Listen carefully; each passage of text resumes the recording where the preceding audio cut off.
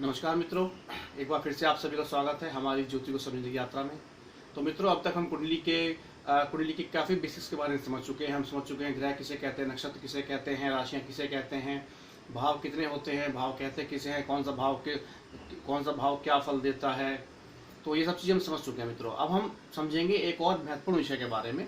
वह विषय है मित्रों, भावों का एक वर्गीकरण होता है। मतलब भावों को अलग अलग वर्गों में बांटा गया कि इन भावों को एक नाम दिए गए हैं, उनका भावों का एक ग्रुप बनाया गया है, इनको एक नाम दिया गया है। तो आज हम इस भावों के वर्गीकरण को, इनके नाम को समझने का प्रयास करेंगे। यह हमें आगे कुंडली की विवेचना करने में बहुत सहायक होगा। तो मित्रों, शुरू करते हैं आज हम अपना भावों का वर्गीकरण।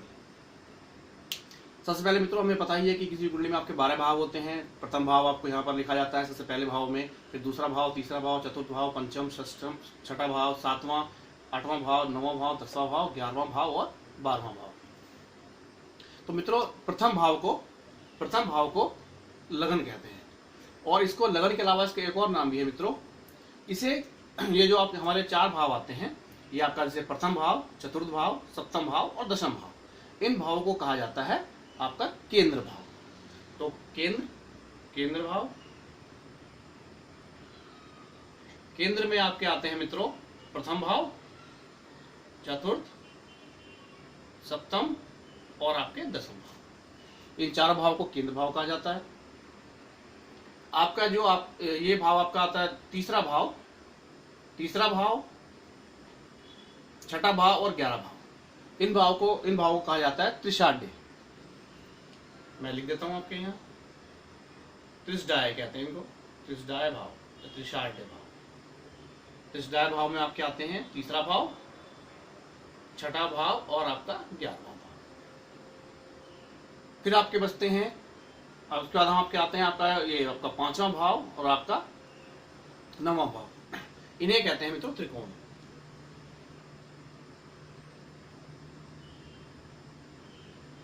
इन्हें कहा जाता है त्रिकोण। पहले को भी ये तीनों ही त्रिकोण में आते हैं। लगन जो आपका होता है, लगन को त्रिकोण में भी आता है लगन, और लगन आपका केंद्र में भी आता है। तो इसको भी हम यहाँ लिख देते हैं। आपका पहला भी त्रिकोण है, 5वां भी त्रिकोण है और आपका ये 9वां भाव भी त्रिकोण है। इसके बाद आपके बचते हैं छठा भाव, 8वां भाव और आपका 12वां भाव।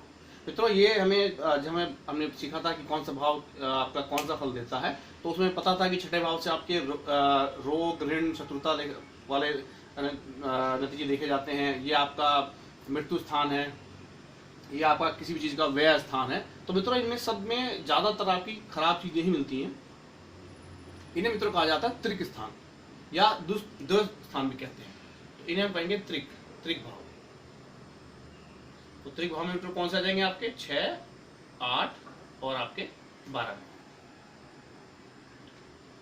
तो ये आपका भावों का एक वर्गीकरण हो गया है। अब इन वर्गीकरण का हमारे विवेचना पे क्या फर्क पड़ेगा वो एक बार समझ लेते हैं मित्रों। केंद्र भाव जो आपके होते हैं मित्रों, केंद्र भाव के बारे में ये हम कहते हैं कि केंद्र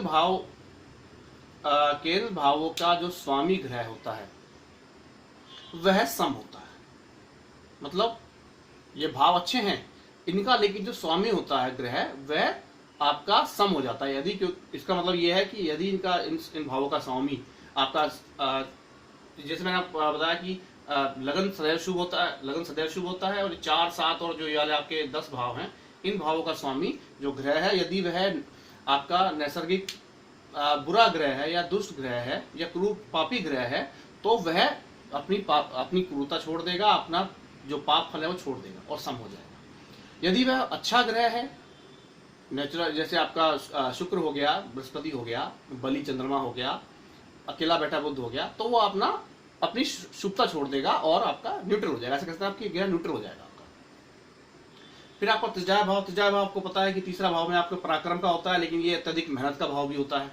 छठा भाव आपका रोग का, ऋण का होता है। 11वां भाव आपका लाभ भाव है, लेकिन जो 11वें भाव का स्वामी होता है, 11वें भाव का स्वामी आपका छठे भाव से छठा होता है। 1, 2, 3, 4, 5, 6, तो छठा होने की वजह से ये भी इसकी जो मानसिकता होती है वह कुछ रोग देने की तरफ भी होता है।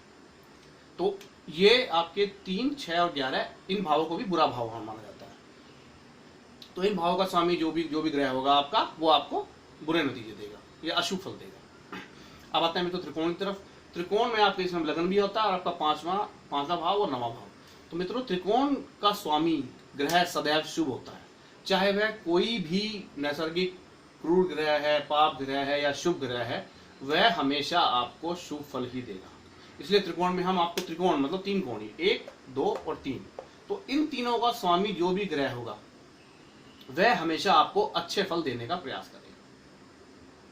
अब हम आते हैं आपके त्रिक भाव में। त्रिक भाव में आपके आते हैं छठा भाव, 8वां भाव और आपका 12वां भाव। इन भावों का जो स्वामी होता है वह सदैव आपको अशुभ फल देने की मानसिकता उसकी होती है। जब भी आपके त्रिक भाव के स्वामी की दशा आएगी तो वह आपको अशुभ फल देगा, या जो ग्रह इन भावों में बैठे होंगे, इन त्रिक भावों में, वह ग्रह भी आपको बुरा फल देने का प्रयास करेंगे। तो मित्रों ये कुंडली के भावों का एक वर्गीकरण था, इसे आप समझ लीजिए। कि फिर एक बार आपको बता दूं, केंद्र भाव ये होते हैं, केंद्रों के जो स्वामी होते हैं, स्वामी ग्रह हैं, वह मित्रों सम रहेंगे। दशाढ़ के स्वामी आपके अशुभ रहेंगे। त्रिकोण के स्वामी आपके सदैव शुभ, चाहे वो आपके पाप ग्रह है चाहे वे आपके शुभ ग्रह हैं। और त्रिक भाव के स्वामी सदैव अशुभ।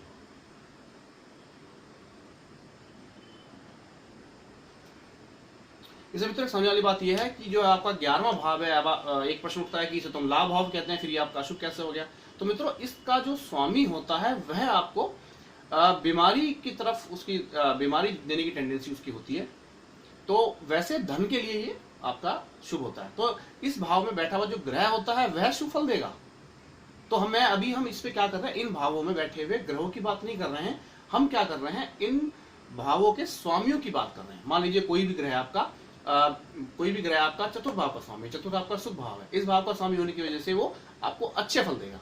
कोई बुरा ग्रह होगा तो भी वह उसको अपने बुरे परिणाम नहीं देगा, सम परिणाम देगा। जहां बैठा होगा वहां के भी अच्छे परिणाम देने की कोशिश करेगा।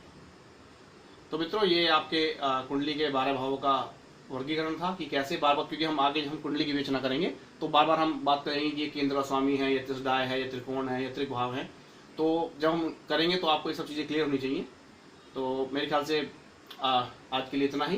तो मैं आशा करता हूँ कि मैं जितने वीडियो मैंने अपलोड किए हैं आपने सभी को अच्छे से देखा होगा, उनको समझा होगा, और यह भी आपको अच्छे समझ में आया होगा। अगर आपको मेरा वीडियो अच्छा लगा हो तो आप इसे लाइक करें, सब्सक्राइब करें मेरे चैनल को, और इसे ज़्यादा से ज़्यादा इसे फैलाने का प्रयास करें, ताकि हम ज्योतिष की सही जानकारी, आजकल मित्रों ज्योतिष का बहुत कन्फ्यूजन चल रहा है, लोगों ने कन्फ्यूजन किया हुआ है, तो उसे दूर करने का एक प्रयास जो हम कर रहे हैं, मैं चाहूँगा इस प्रयास में आप सभी मेरा साथ दें।